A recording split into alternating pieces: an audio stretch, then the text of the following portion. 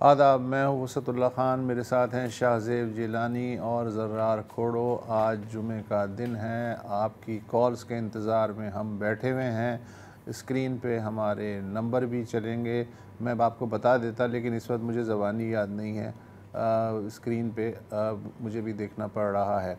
तो पहली जो कॉल है वो डीजी ख़ान से है, मलिक फ़िरोज़ साहब हैं। अस्सलाम वालेकुम। अच्छा, मैं ये कह रहा हूँ कि इस खबर एक चल रही थी कि वफाकी हुकूमत ने मुख्तलिफ महकमों में जो है ना नौकरियों पर पाबंदी लगा दी है और कुछ लाखों की तादाद में असामियाँ भी ख़त्म कर दी है ना। तो मैं ये कह रहा हूँ कि सर कि इस वक्त पूरे पाकिस्तान में मेडिकल के तालिब इल्म हूँ या इंजीनियरिंग के हूँ या मतलब साइंस के हूँ या आर्ट्स के हूँ, तो हम हज़ारों की तादाद में हर साल बच्चे जो है ना पास आउट होके बाहर आ रहे हैं मार्केट में, लेकिन मार्केट में जो है ना उनके लिए कोई रोज़गार के वसाइल मैसर नहीं है। तो अगर इस तरह ये हुकूमत करती रही कि हर महकमे में असामियाँ भी ख़त्म करती जाएं, रोज़गार भी नौजवानों को ना मिले, तो फिर आप बताएं तीनों ज़रा हट के फिर होगा क्या सर? अच्छा मलिक साहब, आप सरकारी नौकरियों की बात कर रहे हैं या मजमूई तौर पे रोज़गार की या बेरोज़गारी की बात कर रहे हैं? मजमूई तौर पे बेरोज़गारी की बात कर रहा हूँ। प्राइवेट सेक्टर में भी तो जॉब नहीं है ना जी। कहाँ पे जॉब है मुझे बताएं। हाँ, ज़ाहिर है कि आपकी का कंसर्न इसलिए जेन्युइन है कि जो मईशत है उसका पहिया भी बहुत ही स्लो है। बहुत सारे सेक्टर्स जो हैं उनमें बिल्कुल दुरुस्त बात है कि जॉब्स का कॉल पड़ा हुआ है। इंपोर्ट एक्सपोर्ट का ये सूरत हाल भी आपके सामने है। तो मैं कह सकता था कि फ्रीलांसिंग कर लें, लेकिन फिर इंटरनेट का हाल देख लें। हाँ, जो इंटरनेट के ज़रिए पैसे बेचारे कमा रहे हैं, अब वो फायरवॉल में जो है उसका ईंधन बन रहे हैं। तो बहरहाल आपकी बात दुरुस्त है, हालात तो पतले हैं। देखिए, ये जो हम बजट की जब बात करते हैं और सरकारी ख़र्च की बात करते हैं तो बार बार ये बात हो चुकी है कि बहुत सारे महकमे ऐसे हैं वफाक के पास जिनका कोई जवाज़ नहीं है। 18th अमेंडमेंट के बाद वो सूबाई मामलात हो गए, तो बड़ा प्रेशर था इन पे कि आप साइज़ ऑफ गवर्नमेंट कम करें। साइज़ ऑफ गवर्नमेंट कम करने का मतलब ये है कि कुछ डिपार्टमेंट्स रिडंडेंट होंगे और वो लोग या कहीं और जज्ब हो जाएं, एब्जॉर्ब हो जाएं, या फिर वो फारिग होंगे लोग। और ये सरकारी मुलाजमतों की बात हो रही है। इस दफ़ा जहाँ तक मैंने देखा है, इस गवर्नमेंट ने शायद PWD डिपार्टमेंट एक उन्होंने कहा कि हम उसको ख़त्म कर रहे हैं। हालांकि हमारे जो एक्सपर्ट्स हैं वो उन्होंने तो आइडेंटिफाई किए हैं कोई उससे ज़्यादा हैं, मतलब 7-8 डिपार्टमेंट्स, तो वो कह रहे हैं कि फौरी हो सकते हैं। लेकिन गवर्नमेंट इसीलिए रिलक्टेंट है क्योंकि जिस तरह अभी मलिक फ़िरोज़ साहब ने कहा कि वो जो अपॉर्चुनिटीज़ हैं जॉब की वो जाएंगी, तो ओवरऑल मईशत को ठीक करना है तो ये तो करना पड़ेगा। हाँ, थ्योरी यह है कि आगे जाके अगर आपकी इकॉनमी पिकअप करती है तो फिर प्राइवेट सेक्टर में जॉब अपॉर्चुनिटीज़ आनी चाहिए। वैसे भी मेरा ये ख्याल है कि हमारा जो नौजवान है उसे गवर्नमेंट की तरफ, जॉब्स की तरफ नहीं देखना चाहिए। वहाँ पे जितनी इनएफिशिएंसी है, जितना आप स्टैग्नेट करते हैं, प्राइवेट सेक्टर की तरफ देखना चाहिए। और जैसे आपने कहा कि अगर वो इंटरनेट चल रहा हो तो लोग अपना रास्ता खुद ही बना लें। फिर ये भी फ़िरोज़ ख़ान साहब हैं कराची से। अस्सलाम वालेकुम जी। हेलो। हेलो, अस्सलाम वालेकुम। वालेकुम अस्सलाम, कैसे हैं आप? ठीक हैं? बिल्कुल खैरियत सर, आप सुनाएं। सबसे पहले तो ये कि सर हम यहाँ पे अपने मसले मसाइल डिस्कस करते हैं, लेकिन पाकिस्तान के कई इदारे ऐसे हैं जिस तरीके से मुझे बर्थ सर्टिफिकेट बनवाना था, बच्चे का बे फॉर्म बनवाना था, तो मैंने सबसे पहले हेल्पलाइन, नादरा के हेल्पलाइन पे कॉल की तो उन्होंने मुझे बताया कि ये डॉक्यूमेंट्स चाहिए। अब मैं बड़ा हैरान हुआ कि टेलीफोन पे इतना ज़बरदस्त इंफॉर्मेशन दी। फिर मैंने जो है ये मलीर में एक जगह सौदाबाद नादरा का ऑफिस है, तो वहाँ मैंने विजिट किया और आप यकीन करें कि मुझे ऐसे लगा जिस तरीके से मैं अपने घर में घूम रहा हूँ या अपने घर में चला गया हूँ।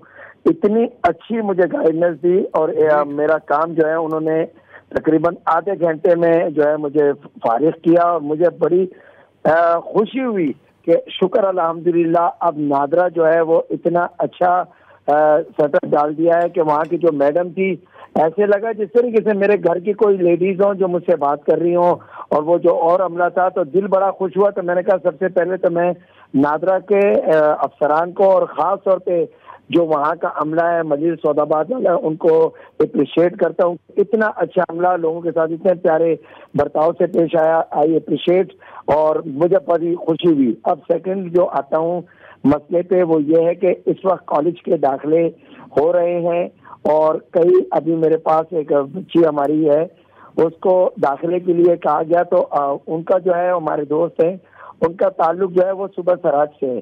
तो वो मेरे पास आए, उन्होंने कहा जी डोमिसाइल बनवाना है। मैंने कहा यार डोमिसाइल तो आजकल नहीं बन रहे डबल एड्रेस पे। तो वो बड़ा परेशान हुआ, उसने कहा जी कॉलेज वाले जो हैं वो कहते हैं अगर आपके पास डोमिसाइल नहीं होगा तो आपका दाखिला नहीं होगा। तो बराए मेहरबानी ये कौन सा वो है कि देखें कि कराची में ठीक है डबल एड्रेस है या सिंगल एड्रेस है, तालीम तो सबका हक है ना, तालीम तो सबको दाखिले देने चाहिए और मेरिट पे देने चाहिए। जिसके मार्क्स अच्छे हैं उसको उस कॉलेज में, अब जिससे पहले ये होता था कि जी मुख्तलिफ कॉलेजों में जो थे दाखिले, अब तो आप अपना अप्लाई करते हैं और गवर्नमेंट खुद जो है, सिंध गवर्नमेंट है या एजुकेशन डिपार्टमेंट या बोर्ड वाले हैं, वो आपका नाम जो है वहाँ पे भेज देते हैं और आपको कहते हैं कि जी अगर आप कोरंगी में रहते हैं बेशक आपका जो है वो गडाप के कॉलेज में आ जाए। तो जब इन जगहों पे आपका दाखिला चला जाता है तो डोमिसाइल की क्या शर्त है, मुझे बात बताए ना। अब पुलिस की भर्ती है, वो कहते हैं जी पुलिस की भर्ती के लिए जो है वो ईस्ट का कोरंगी का या अपने कहते हैं किसी और उसका डोमिसाइल होना जरूरी है। भाई मेरिट पे होना चाहिए, जो लड़का अच्छा है जिसके मार्क्स अच्छे हैं। आपकी बात समझ ली गई है। असल में होता ये है कि चूँकि एक अनार 100 बीमार वाला मामला है, कॉलेजेस और तालीमी इदारे कम हैं, कैंडिडेट्स की तादाद हज़ारों में है, तो उसको रेगुलेट करने के लिए ये होता है कि जैसे कोरंगी में कॉलेज है तो सबसे पहले कोरंगी वालों का हक़ है, उसके बाद आसपास वालों का हक़ है, फिर गडाफ वालों का हक़ है और उसके बाद फिर हैदराबाद वालों का हक़ है। कोई इस तरह सीढ़ी दर सीढ़ी सिलसिला चलता है। तो ये शायद इसीलिए वो डोमिसाइल मांगते हों ताकि ये सबूत मिल सके। लेकिन आज के ज़माने में ख़ुद डोमिसाइल जो है उसकी क्या ज़रूरत है, जबकि नादरा का शनाख्ती कार्ड मौजूद है और उस पर सारी डिटेल्स और एड्रेसेस लिखे हुए हैं कि आपका ताल्लुक़ कहाँ से है और आप कौन हैं। तो मेरा ख़्याल है कि वो थोड़ा सा रिडंडेंट चीज़ हो गई है, बहुत ही रिडंडेंट है, तो उसकी ज़रूरत होनी नहीं चाहिए डोमिसाइल की। लेकिन बाकी है कि चूँकि वही मामला है कि ये अलबत्ता एक अजीब बात है कि अगर हुकूमत टेक ओवर कर रही है कि जी मेरा दाखिला जो है, मैं हालांकि गुलशन इकबाल में रहता हूँ लेकिन मेरा दाखिला जो है उन्होंने कहीं केमाड़ी के कॉलेज में कर दिया, तो ये बात ना समझ में आने वाली है और ये इंतहाई गलत है। राहिल अशर साहब अस्सलाम वालेकुम। जी अस्सलाम वालेकुम। कैसे मिजाज हैं? मैं जी दुआएं आपकी, बहुत शुक्रिया। मैं साहब वही दो बात करूँगा। पहले तो जो हम लोगों ने अगस्त की 1 अगस्त से अपनी प्लांटेशन ड्राइव शुरू की थी, plant a tree to save life, उसमें मैं माशाल्लाह हमारी बड़ी अच्छी कामयाबी हुई। उसमें हमें मिली सबसे पहले हमारे जो इलेक्टेड मेंबर हैं CBC वार्ड 2 अनवर ज़ैब साहब, फिर CBC, फिर DHA, फिर मेरे फेज़ 1 के जो रेजिडेंट, जिस तरह उन्होंने हमें सपोर्ट किया है शाहजेब साहब, वो अनबिलीवेबल है। आप अंदाज़ा लगाइए कि हम सोच रहे थे कि जी हम इस एरिया में वार्ड 2 में 300-400 प्लांट लगाएंगे, माशाल्लाह 1000 से ज़्यादा प्लांट्स हम लोगों ने लगाए। और 14 अगस्त वाले दिन हमने ये जो नादरा से ग्रीन बेल्ट आती है वहाँ हम लोगों ने 200 बेल्ट वो प्लांटेशन की सारी। तो ये अल्लाह का एहसान है, बहुत चीज़। और दूसरी मैं एक बात करूँगा, अभी हमारी 2 दिन पहले ये 77 गई है जो हमें आज़ादी जो थी, उसके हवाले से देखिए हम लोग पाकिस्तानी जो हैं बड़े आराम से क्रिटिसाइज करते हैं जी सियासतदान मुल्क लूट के खा गया, ब्यूरोक्रेसी खराब है, जुडिशरी है, मीडिया है, हमारी इस्टेब्लिशमेंट है, पर अपने आप को कोई जज नहीं करता, ना अपने आप को कोई देखता है कि जी पाकिस्तान ने हमें सब कुछ दिया, हम क्या देते हैं। मैं 2-3 छोटी मिसालें दूंगा। सिग्नल पे क्या हम रुकते हैं, सिग्नल रेड होता है हम उसको ओबे करते हैं। नंबर 2, डस्टबिन पड़ा होता है, हम उस डस्टबिन में कचरा नहीं फेंकेंगे, साइड पे फेंक के चले जाएंगे। और आखिरी क्या जी, अगर पान खाते हैं तो फिर वो मैंने देखा है मिनी बस में बैठे हुए लोग मुकाबला करते हैं, जैसे अंडरपास है उस पर पेंट हुआ था तो वो उसके ऊपर पिचकारी मार रहे थे कि जी देखिए किसकी दूर जाती है। तो भैया पाकिस्तानियों, पाकिस्तान ये मत कहो कि जी पाकिस्तान ने हमें कुछ नहीं दिया, हमने कुछ नहीं दिया पाकिस्तान, हमने पाकिस्तान को पिचकारी दी। यार ये अगर ये ओलंपिक स्पोर्ट बहुत ही तो हम आगे होंगे, ठीक चांस होगा। Number 1, 2, 3 positions. ये आपने बहुत सही बात की राहिल साहब। मैं उस दिन भी यही कह रहा था कि हमारा मसला ये नहीं है कि सिर्फ ऊपर वालों को सीधा होना है, हमें ख़ुद भी सीधा होना है। और ये पूरा आवे का आवा बिगड़ चुका है और बस दिल कुड़ता है इस पे। घर से बाहर निकलते हैं, ट्रैफिक देखते हैं तो तभी दिल कुड़ता है कि आधे लोग उल्टे चल रहे होते हैं, कोई सीधा चल ही नहीं रहा होता, तो क्या करें। वन वे पे आपने देखा है सामने से आने वालों का? मैं इनको उस दिन कह रहा था, मुझे और डर लगता है कि कोई मेरी गाड़ी के नीचे आके मर जाएगा, खुद आके मरेगा, कसूर मेरा होगा, मतलब किस तरह। अच्छा, लेकिन आप उनका कॉन्फिडेंस चेक करें, वो आपको कहते हैं अच्छा ठीक है तुम मैं निकल जाओ।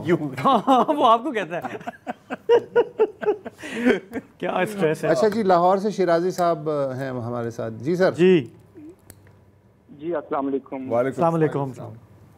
वालेकुम अस्सलाम जी। वसतुल्लाह खान साहब, आप मुझे सुन पा रहे हैं? जी सभी तीनों सुन पा रहे हैं हम। हेलो, सुन पा रहे हैं, सुन रहे हैं, आप बात कीजिए। जी वसतुल्लाह खान साहब, सुहेल शिराजी बोल रहा हूँ लाहौर से। जी। I am really impressed the way you conduct the programme, you all the three. मैं एक टीचर हूँ और मुझे एजुकेशन के हवाले से एक बात करनी जी। बेसिकली मैं थोड़ा सा फिक्रमंद भी रहता हूँ, बीइंग टीचर मुझे थोड़ी फिक्र रहती है, लेकिन कुछ पॉलिसीज गवर्नमेंट की ऐसी हैं कि जो बहुत ज़्यादा यानी कि तंग करती हैं या ज़हन के अंदर जो है वो दर्द पैदा करती हैं। इन्होंने गवर्नमेंट इंस्टीट्यूशंस को वापस करना शुरू कर दिया।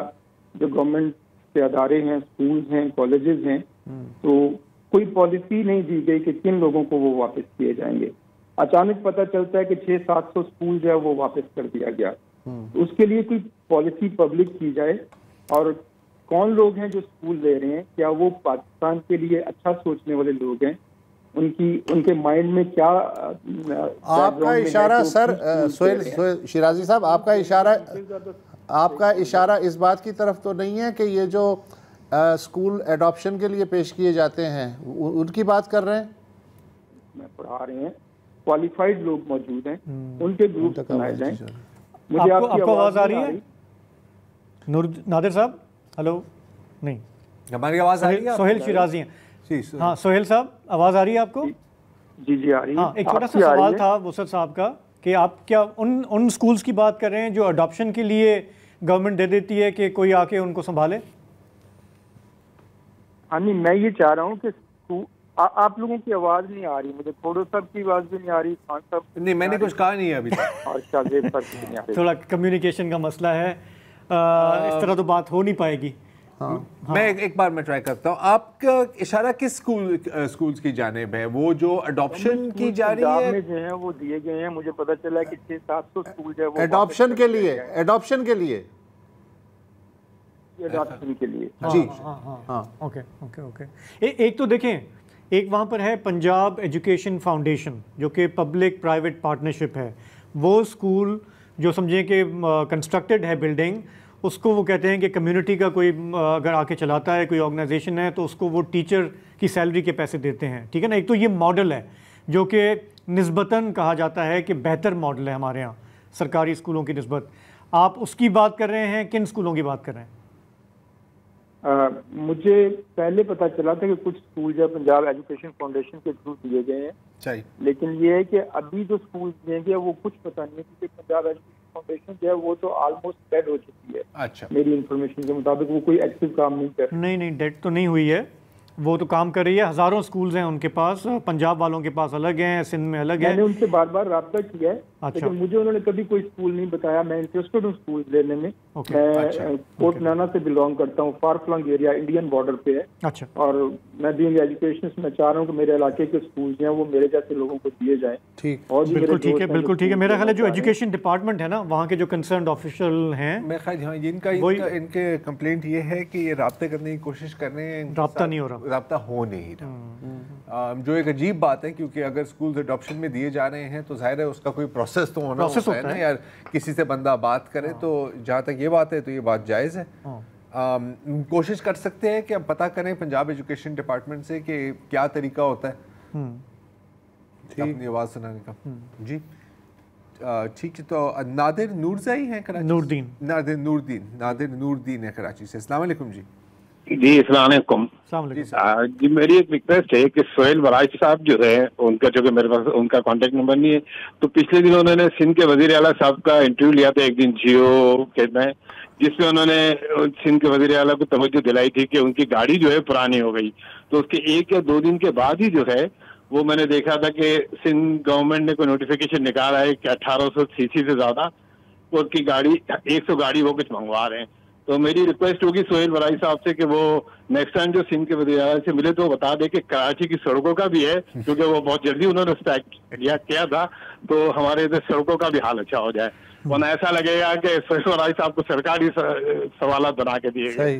ठीक हो गया, ठीक है। मेरा ख्याल है कि पहले तो मैं अपनी गाड़ी की बात कर रहा हूँ। हाँ सोहेल बराइच से हाँ गाड़ी सही है तो फिर रोडों का क्या फिक्र है यार। चलो एक वक्फा ले लें।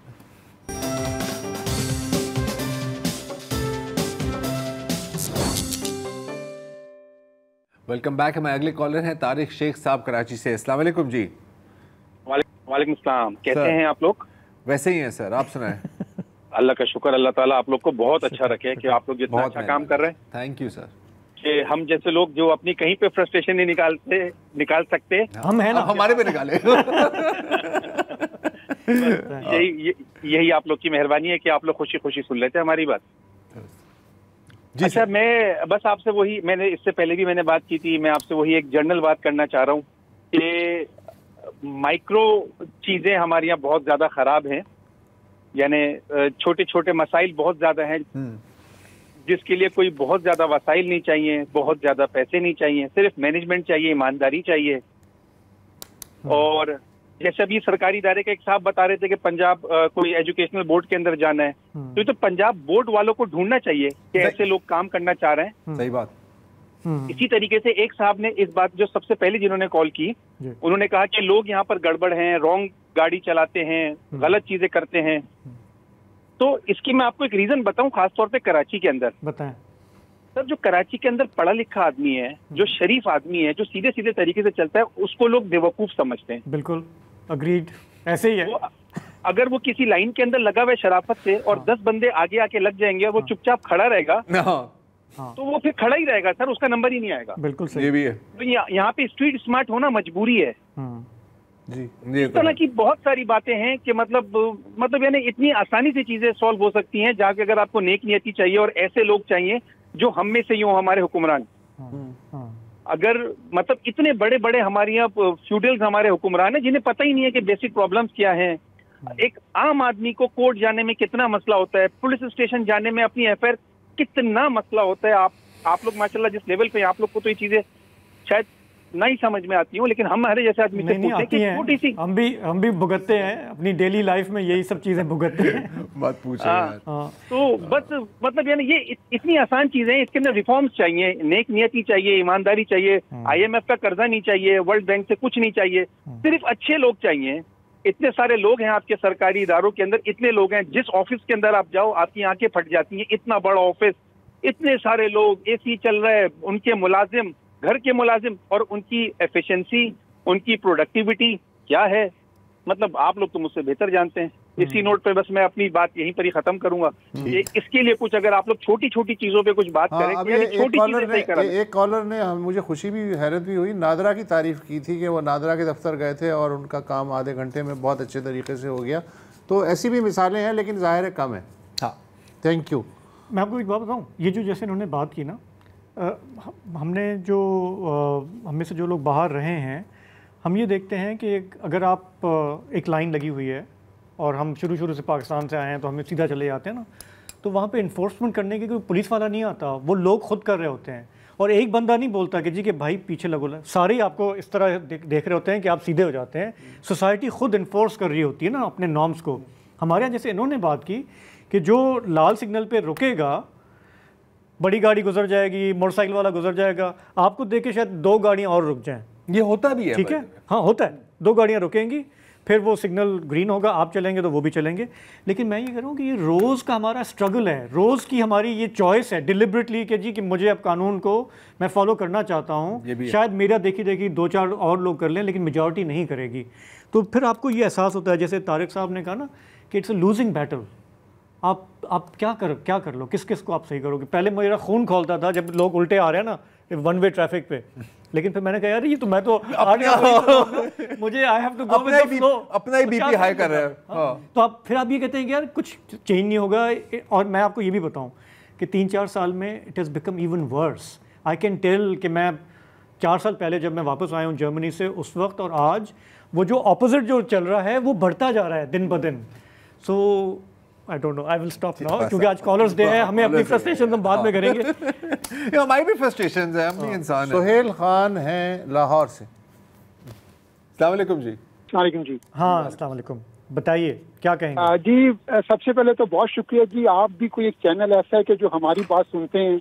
अच्छा, मैं सर एक बहुत इम्पोर्टेंट मसले की तरफ तवज्जो दिलाना चाहता हूँ, जो वापडा है, जिससे शायद मुल्क जो है ना वो सारा क्राइसिस पे बना हुआ है। वापडा में जो 2007 में बाइफरकेशन हुई है, इसमें जी मेरा ख्याल है कि महंगाई में इजाफा करने में इसका भी हाथ है। 2007 में एक वापडा था, अब आपको पता है कि अब 14 वापडा बन चुके हैं। इसमें ऐसा है जी कि एक से पहले एक वापडा में 2 ये जनरल मैनेजर होते थे। अब हर आईपी हर डिस्कोस में जो 14 बन चुके हैं उनमें 20 जनरल मैनेजर हैं ग्रेड 20 और 21 के।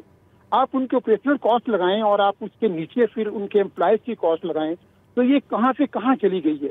इस तरफ जो किसी की नहीं आ रही, आईपीपी की तरफ लगे हुए हैं। आप यकीन करें कि इतनी ऑपरेशनल कॉस्ट बढ़ चुकी है वापडा की और इसके डिस्कोस की कि आप सोच नहीं सकते। कभी इस पे कोई ना स्टडी करवाएं कि इससे पहले कॉस्ट कितनी थी और अब कितनी कॉस्ट है, और क्या इसकी जो इससे कॉस्ट बढ़ने से क्या इतनी फैसिलिटेट हो रही है आवाम, क्या लोगों को इस तरह फैसिलिटेट कर रहे हैं ये लोग। तो इस बारे में थोड़ा सा जोर दीजिएगा कि इसको ऑपरेशनल कॉस्ट का भी एक थोड़ा सा स्टडी करवाएं सारी वापडा की। जायज़ बात है, लेकिन ज़ाहिर है कि इसका हम इस वक्त जवाब नहीं दे सकते। जैसे सुहेल साहब खुद कह रहे हैं, इस पर स्टडी करनी होगी और इसको इस तरह कंपेयर करना होगा कि स्प्लिटिंग अप से कुछ कॉस्ट बचे भी हैं या नहीं है, मतलब एफिशिएंसी में या किसी भी और चीज़ में। लेकिन बात इंटरेस्टिंग है। फालिद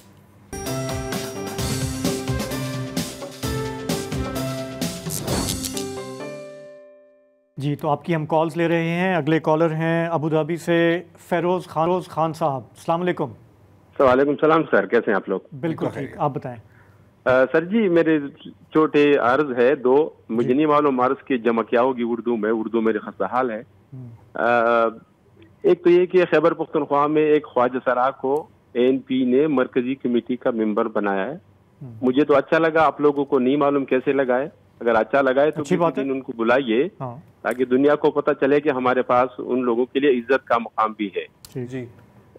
दूसरा ये सर कि पेशावर में हमारे जो बाहर के लोग जाते हैं वहाँ सऊदी एम्बेसी ने 3-4 लेबोरेटरीज को नॉमिनेट किया है कि वहाँ से टेस्ट करें। उसमें 99% लोग जो है उनका मेडिकल फेल होता है। हमारे मशरिक टीवी की एक कोरिस्पोंडेंट है फयाज जफर, उसने उस पर एक स्टोरी किया है कि 3 लोगों को उन्होंने स्टोरी किया है कि किस तरीके से उनको फेल किया गया है। उन्होंने रिपोर्ट 3 लेबोरेटरी से, आगा खान से, शौकत खानम से और चुगताई लेब से रिपोर्ट लाया कि मेरा रिजल्ट तो नेगेटिव है। वो लोग कहते हैं कि नहीं, हम किसी और की रिपोर्ट के ऊपर यकीन नहीं करते हैं, हमारा अपना निज़ाम है, अपना सिस्टम है, बड़ी भाइयों की तरह वो लोग भी कहते हैं। यहाँ 10-12 लाख रुपए आदमी वीजा पे दे देता है। उसके बाद जब मेडिकल में जाता है ये 99%, मेरा कजन भी उसमें फेल हुआ था। बाद में जब हम उसको लेके गए इस्लामाबाद उसका रिपोर्ट क्लियर आया। तो किसी दिन किसी खबर पुख्तनख्वा के किसी वजीर से पूछे कि यार ये लेबोरेटरी है, आप ये जो तमाशा बनाया हुआ है, गरीब लोगों को लूट रहा है। और आपको ये बताऊं सर कि वो कमाल की बात ये है कि सब लेबोरेटरी एक दूसरे को कांटेक्ट हुआ है कि मतलब अगर एक लेबोरेटरी मुझे फेल कर दे तो दूसरी लेबोरेटरी को फोन जाता है कि आदमी को हमने फेल कर दिया है, आपके पास आएगा। तो ऐसा ही उसके बाद पैसा जो लेते हैं सर, आखिरी सर वो जी 3 लाख रुपए तक मेडिकल पास करने के लेते हैं। नहीं, वो रिश्वत में ले रहे हैं क्योंकि टेस्ट तो इतना महंगा नहीं होता ना। रिश्वत में नहीं सर, वो आपको पास करता है, वो नॉर्मल आदमी को आपको फेल करता है। अच्छा। बाद में उसके एजेंट दरवाजे पे खड़ा होता है कि आ जाओ मैं आपको पास कर देता हूँ। वो एजेंट किसी आपको पास कर देता है। बहुत खूब यार, ये तो बड़ा एक इंटरेस्टिंग स्कैम है। ये खैबर पख्तूनख्वा में तो हमें बार बार सुनने को मिलता है कि करप्शन के खिलाफ तो पूरा एक जिहाद चल रहा है। बल्कि आज मैंने सुना है एक वजीर को भी उन्होंने फारिग कर दिया, तालीम के वजीर को। अच्छा। एलिगेशन थे करप्शन के। तो वहाँ पे बहुत सारे लोग हैं जिनको अगर आप ये अप्रोच करें बहुत दिलचस्पी से इसमें वो देखेंगे। ये खान साहब, ये जो लेबोरेटरीज हैं ये सऊदी जाएगा सर जी ये जो लेबोरेटरीज हैं ये सऊदी कॉन्सुलेट ने बताई है कि इन लेबोरेटरीज के पास जाना है। हाँ, उन्होंने कहा कि ये जो स्पेसिफिक लेबोरेटरीज है उसमें एक सिटी लैब है, 4-5 लेबोरेटरीज है, उन्होंने कहा कि आपको टेस्ट इधर ही से करना है सर। तो ये तो सऊदी एम्बेसी की बात हुई ना? नहीं सर, लेकिन लेबोरेटरी तो ये लोग मॉनिटर कर रहे हैं ना सर, ये केपीके वाले। अच्छा, और ये मतलब जो आपने जो अभी 3 नाम लिए हैं, मेरा ख्याल है आपने शौकत खानम का नाम लिया था, आपने चुगताई और आगा खान, इनकी ये बात नहीं मानते? नहीं, वो रिपोर्ट नहीं, वो मैं आपको टैग कर लूंगा इंशाल्लाह ट्विटर के ऊपर। वो रिपोर्ट जो स्टोरी मैंने पढ़ी है उसमें उन्होंने, आप मुझे टैग कर दें तो फिर हम जरा इसको इसमें ये बहुत इंटरेस्टिंग है, ये इंटरेस्टिंग है। थैंक यू फिरोज साहब। शुक्रिया फिरोज साहब, आपने हमें खबर दे दी है। क्या चलें आगे बढ़ते हैं। लाहौर से हमारे साथ हैं जाहिद शरीफ साहब। जी अस्सलाम वालेकुम जी जनाब।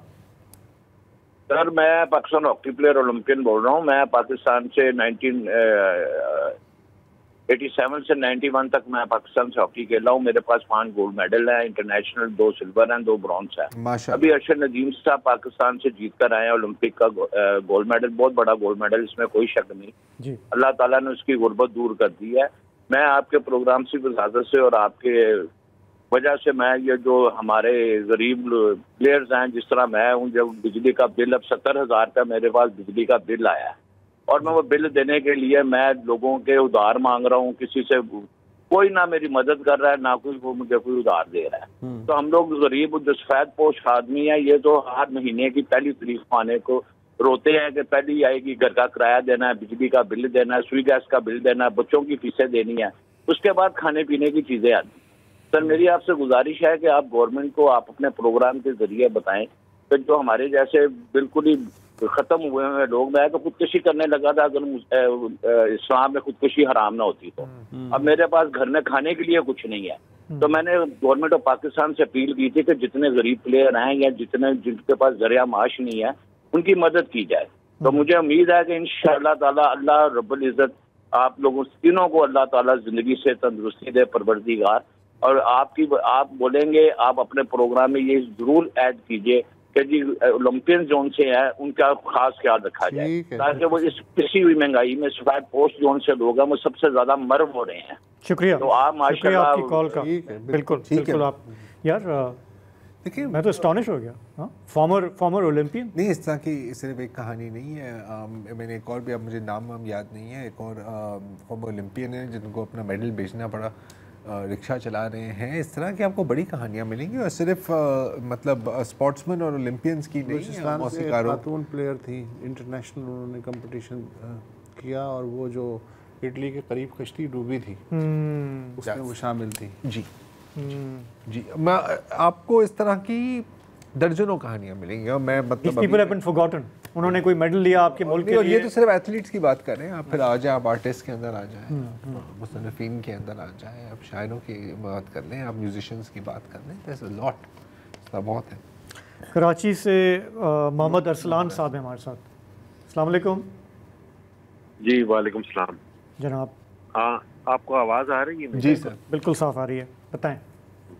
अच्छा सर, मैं आपका प्रोग्राम कभी कभार देखता हूँ, तो मुझे नहीं पता आपने सैलरीड क्लास की टैक्सेशन पे प्रोग्राम कर लिया है, ये टॉपिक आया है नहीं? चार बार। मैं उस मजलूम क्लास से ताल्लुक रखता हूँ कि जो मकसद सैलरीड क्लास है, मैं 35 साल से इस मुल्क में टैक्स दे रहा हूँ, उसके नतीजे में कोई हमें सहूलत नहीं मिलती। तो ये अलमिया कब है? मकसद हम कब तक इस चीज को सिर्फ उसी हमको ही गन्ने की मशीन में मोड़ मोड़ के दोबारा डालते रहेंगे और हमारा ही जूस निकालते रहेंगे, और जो लोग मकसद टैक्स हमसे कहीं ज्यादा जिनके वसाइल हैं, एक पैरेलल इकॉनमी है, बिजनेसमैन हैं, एग्रीकल्चरिस्ट हैं, मकसद वो को कब बढ़ेगा टैक्स नेट? जो हम हर साल FBR कहती है कि हम टैक्स नेट बहुत बड़ा कर देंगे और एग्रीकल्चर को हम टैक्स में लाएंगे, और मकसद जो IMF का मुआहदा होता है उसमें होता है कि हाँ जी सैलरी क्लास के साथ जुल्म नहीं होगा, बस थोड़ा सा और।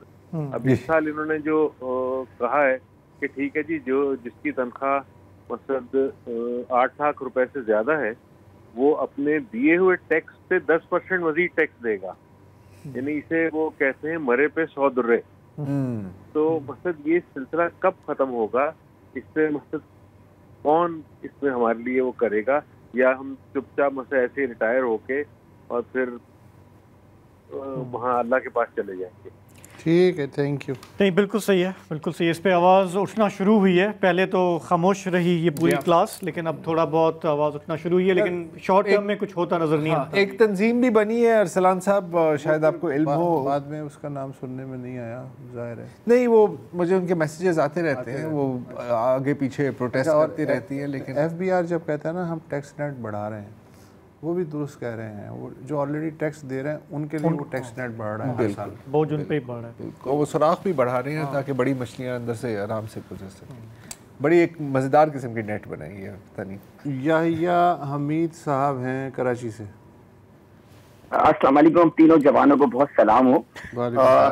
आपके प्रोग्राम से कुछ ना सीखा ना सीखा, मैंने एक चीज आज सीखी है, बल्कि सीख काफी दफा सुनी है मैंने, बहुत सीख ली है कि वो ये सीखी है कि आपका मौजूदा नंबर मिलाया हुआ मसरूफ है, थोड़ी देर बाद रब्ता करें। माशाल्लाह इतनी बड़ी फॉलोइंग है आपकी, अक्सर वो बात मुझे सुनने को मिलती है, डायल करना बड़ा मुश्किल होता है। लेकिन बात ये है कि देखें, आप आजकल जो एक मौजूद बहस दायरे जो बड़ा चला हुआ है एक जनरल फैज हमीद के हवाले से, तो मैं ये आप जैसे लोगों से मैंने तारीख जो सुनी, मैंने जैसे असद दुरानी साहब थे जो इन्होंने एक्सेप्ट किया आके टीवी पे कि जनाब अली कि मैंने जो है इस तरह पॉलिटिकल पार्टीज को पैसे बांटे किसी फला बैंक से लेके, और इस तरह मैंने किया, और बेनजीर की हुकूमत गिराने के लिए, ठीक है, उसके खिलाफ मुझे नहीं पता क्या कार्रवाई हुई नहीं हुई।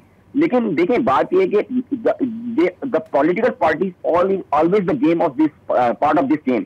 इसी पॉलिटिकल पार्टी ने इस इन्फ्लुएंस को खत्म करने की कोशिश की। मुझे ये जानना चाहता हूँ, अगर आपकी तारीख में, आपकी नॉलेज में बात है, तो I want to know that. और देखें, एक बात कह के मैं बात खत्म करूंगा, if you are playing a dirty game then you will be a victim of dirty game one day. Sir बिल्कुल सही है, बिल्कुल ऐसा ही है। Thank you so much.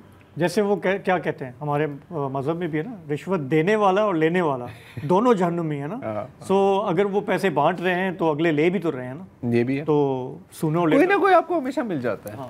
कोई ना कोई आपको हमेशा। अच्छा, अगर नहीं मिल रहा होता, उसकी भी बारी आती है। अगर नहीं भी मिल रहा होता तो फिर जोर जबरदस्ती भी होती है ना, आप जेल जाएंगे, आप पे केसेस होंगे, आपका मीडिया ट्रायल चलेगा, आपको जलावतन भी किया जाएगा। ज्यादा रिस्पॉन्सिबिलिटी हमेशा उस पर होती है जिसके पास ज्यादा ताकत हो। Rule of thumb. Sibtain Rizvi साहब हैं कराची से। कराची से। अस्सलाम वालेकुम जी। वालेकुम अस्सलाम, क्या हाल है वसत साहब? अल्लाह का शुक्र है। अच्छा, आपके प्रोग्राम तो मैं बहुत रेगुलरली सुनता हूँ। मेरा ख्याल टीवी पे इस टाइम पर ये सबसे बेहतरीन प्रोग्राम होता है माशाल्लाह से। थैंक यू जी। अच्छा, मुझे बस ज़्यादा टाइम नहीं लूँगा क्योंकि और भी बहुत से कॉलर होंगे। मैं ये कह रहा हूँ, आजकल इस गुज़श्ता 2-3 महीनों में या 6 महीनों में बिजली के बिल इतने ज़्यादा बढ़ गए हैं कि जिसका 5,000 का आता था 25,000 आ रहा है, तकरीबन 5 टाइम्स। और इसी तरह महंगाई जो हुकूमत कहती है सिर्फ 12.5% तक रह गई है। तो अगर हम घर की चीज़ें देखें तो ये भी तकरीबन 100% बढ़ी है जी। तो ये तो खैर गवर्नमेंट की फिगर्स हैं जो कि हकीकत में बिल्कुल गलत हैं। मैं अभी ये कह रहा हूँ कि आजकल सोलर की बहुत बात हो रही है जी, सोलर पैनल। तो क्या ऐसा तो नहीं है कि जैसे पहले लैपटॉप बांटते थे, अभी ये सोलर पैनल में भी एक करप्शन हो? ये कौन इंपोर्ट कर रहा है, इसके पीछे कौन है, ये डिटेल जरा आप लोग के। नहीं, अब तो बहुत ही सस्ते हो गए साहब। देखिए, एक तो सोलर पैनल कोई बांट नहीं रहा।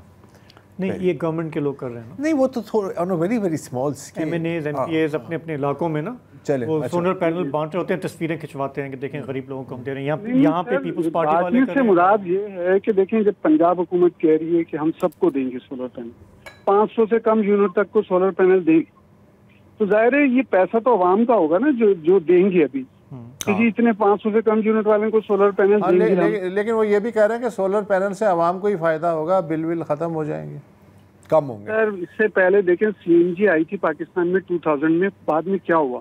यानी दुनिया जहाँ की CNG जो खराब, लेकिन सुने वो एक देखें, एक फ़र्क ये था कि वो एक आपका नॉन रिन्यूएबल सोर्स था, आपने वो दबा के चलाया, आपने ख़त्म कर दिया। ये रिन्यूएबल सोर्स है आपका, और इससे अगर लोगों की मुश्किलें कम होती हैं तो इसमें कोई हर्ज नहीं ना, मेरा ख्याल है ये तो अच्छी चीज़ है, ये तो होना चाहिए नहीं। और जब इसमें घपले आएंगे या नाकाम होगा मंसूबा तब हम बात कर लेंगे, पहले से हम ये कर लेंगे, चूँकि अब तक बाकी मंसूबे नाकाम होते आए हैं या करप्ट हुए हैं तो ये भी हो जाएगा। ये थोड़ा सा इंतज़ार कर लेते हैं, हो सकता है यही हो या हो सकता है ये मंसूबा ज़्यादा एफिशिएंट हो, you never know. Thank you so much. थोड़ा सा वक्फा ले लेते हैं अभी।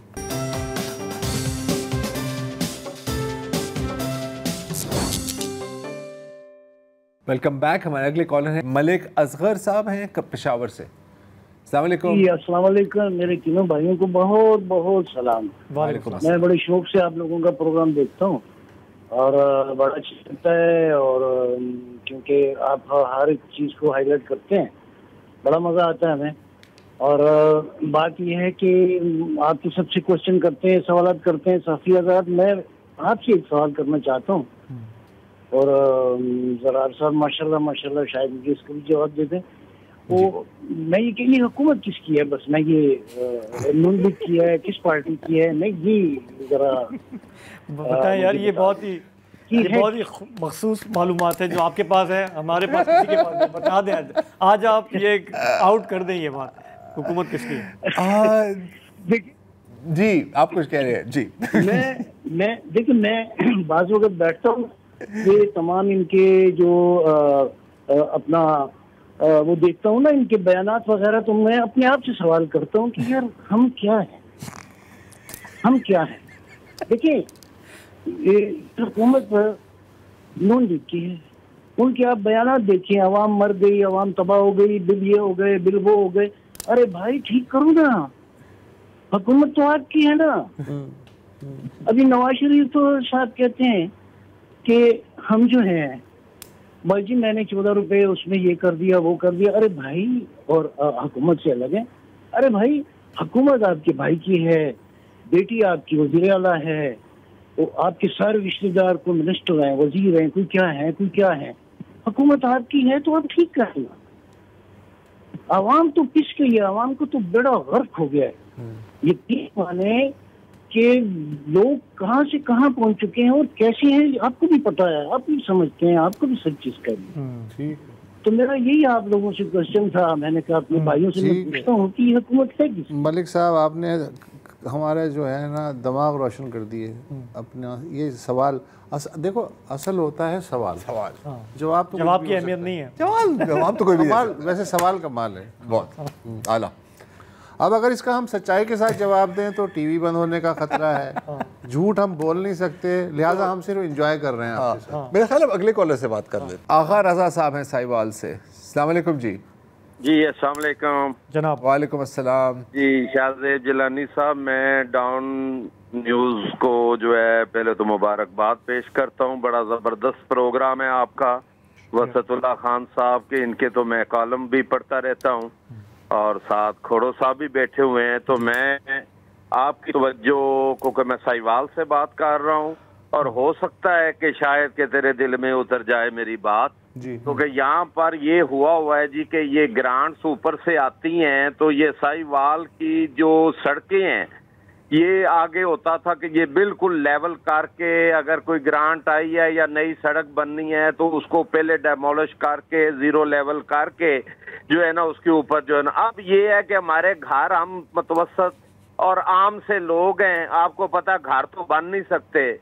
अब यहाँ पे मुझे कोई ऐसी टीम, कोई मुझे वजीर आला की टीम, कोई ऐसी मुझे नजर आ जाए कि इसका जीरो लेवल करके, फिर अब इन्होंने उसके ऊपर भी वो पत्थर डाल के और 4-4 फुट सड़कें ऊंची कर दी हैं। गलियां हमारी गरीब लोगों की बिल्कुल जनाब नीचे, घरों में पानी, एक बारिश हुई है और कोई वो जो कमिश्नर साहब है वो शरीफ आदमी है, मगर कारपोरेशन करप्शन का घर बन चुका है साहिवाल का। कोई पूछने वाला नहीं है, कोई छुतर बे मुहार की तरह ये सिस्टम हुआ पड़ा है। और मैं कहता हूँ अल्लाह ताला, पाकिस्तान के खुदा की कसम, बिजली के बिल देने के लिए लोगों के पास पैसे नहीं है, और ऊपर से इतने टैक्सेस इन्होंने लगा दिए हैं कि कोई पूछने वाला नहीं। सड़कें नीची हो गई हैं, 4 सड़कें ऊंची बना के, और पूरी गलियों में पानी, ना बच्चे फैमिलियां ना स्कूल जा सकती हैं, ना निकल सकता है।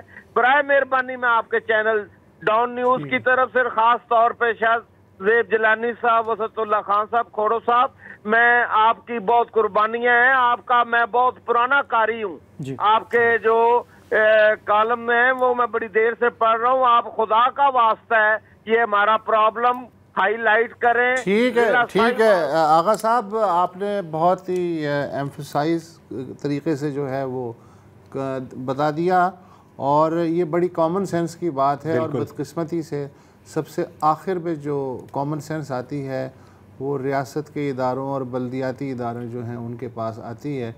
हालांकि कॉमन सेंस भी नहीं है यार, पता नहीं क्या देखो है। ये नहीं, ये तो इनएफिशिएंसी और करप्शन है, जैसे ये कह रहे हैं ना। अपने नहीं पैसे लगाने जीरो लेवल करने के लिए, आवाम के इन बेचारों का नुकसान हो तो हाँ, ये मतलब काश ये कॉमन सेंस की बात होती, वो तो फिर भी आ जाता है जब इस तरह की बात। लेकिन आपकी कॉल का शुक्रिया, आपने अपने इलाके का मसला उठाया। कामरान अली हैं, कामरान अली नवाबशाह से कामरान अली साहब, अस्सलाम वालेकुम। वालेकुम सलाम सर।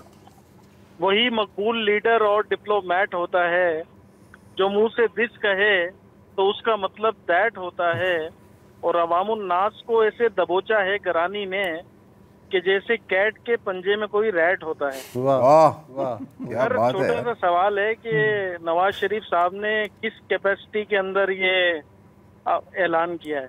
बस रूलिंग पार्टी के सरबराह की हैसियत में। हाँ, जैसे हमारे यहाँ आप देखें सिंध में अक्सर बिलावल साहब मीटिंग चेयर करते हैं ना, क्योंकि गवर्नमेंट उनकी है तो उस पर किसी को एतराज़ भी नहीं हो सकता, और रूलिंग पार्टी के सरबराह की हैसियत में वो ऐलानात कर सकते हैं। तो पसंद आए ना आए, लेकिन अगर अवाम के बेहतरी के लिए कोई भी ऐलान करते हैं हम वेलकम करते हैं यार। अगर कुछ अच्छा, नॉर्थ कैरोलिना से कॉल है, जल्दी से ले लेते हैं। नाम मुझे याद नहीं है। अस्सलाम वालेकुम जी। अच्छा, सोबिया कुरैशी। अस्सलाम वालेकुम सोबिया जी। वालेकुम सलाम, आप सबको बहुत बहुत सलाम। उसद साहब, शाहजेब साहब, अस्सलाम वालेकुम। इससे पहले कि वक्त ख़त्म हो, मैं पिछले जुमे कॉल कर रही थी मुबारकबाद देने के लिए अरशद नदीम की कामयाबी पे, और कॉल मिलाती रही, कॉल नहीं मिली, और आज इसलिए कॉल की है कि अरशद नदीम को पूरे कौम ने हुकूमती लेवल पे और हर लेवल पे आई थिंक सबने एक्नॉलेज कर लिया, और अब उनको घर जाने दें इससे पहले कि ओवर एक्सपोजर जो है ना वो हो जाए। और हम देख रहे हैं आज सुबह से कि बिलावजह की बातें बन रही हैं, जरूरत से ज्यादा इंटरव्यू हो रहे हैं, निजी सवाल हो रहे हैं, आपके ससुर ने आपको क्या दिया, आपको क्या दिया, क्या नहीं दिया, बहुत अजीब गरीब बातें। इससे पहले कि बेचारे की जान छोड़ दें।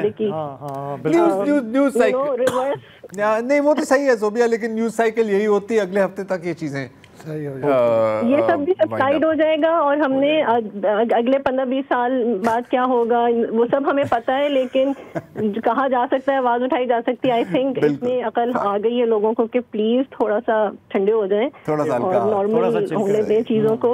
और दूसरा जो आप बात कर रहे थे शाहजेब साहब कि आप शायद 4 साल पहले जर्मनी से आए और पाकिस्तान में अब हालात देख रहे हैं कि अब मजीद बिगड़ रहे। कोई किसी और ने भी कॉल की थी about you know what are the things that we as you know Pakistani regular citizens can do. मैं भी आती हूँ बाहर से, तो इसलिए नहीं कि बाहर रहते हैं ऑल दैट, बट छोटी छोटी चीजें जो इंसान कर सकता है। लाइन में लगना इतना आसान काम है, लेकिन पता नहीं हमारी कौम के लिए क्यों मुश्किल है। सोबिया, हमारे प्रोग्राम का वक्त खत्म हो रहा है। Thank you very much for your call. आइंदा भी कॉल कीजिएगा, हमें खुशी होगी। फिलहाल हमें यहीं इजाज़त दीजिए, आपसे अब पीर को मुलाकात होगी। खुदा हाफिज़, शब बख़ैर।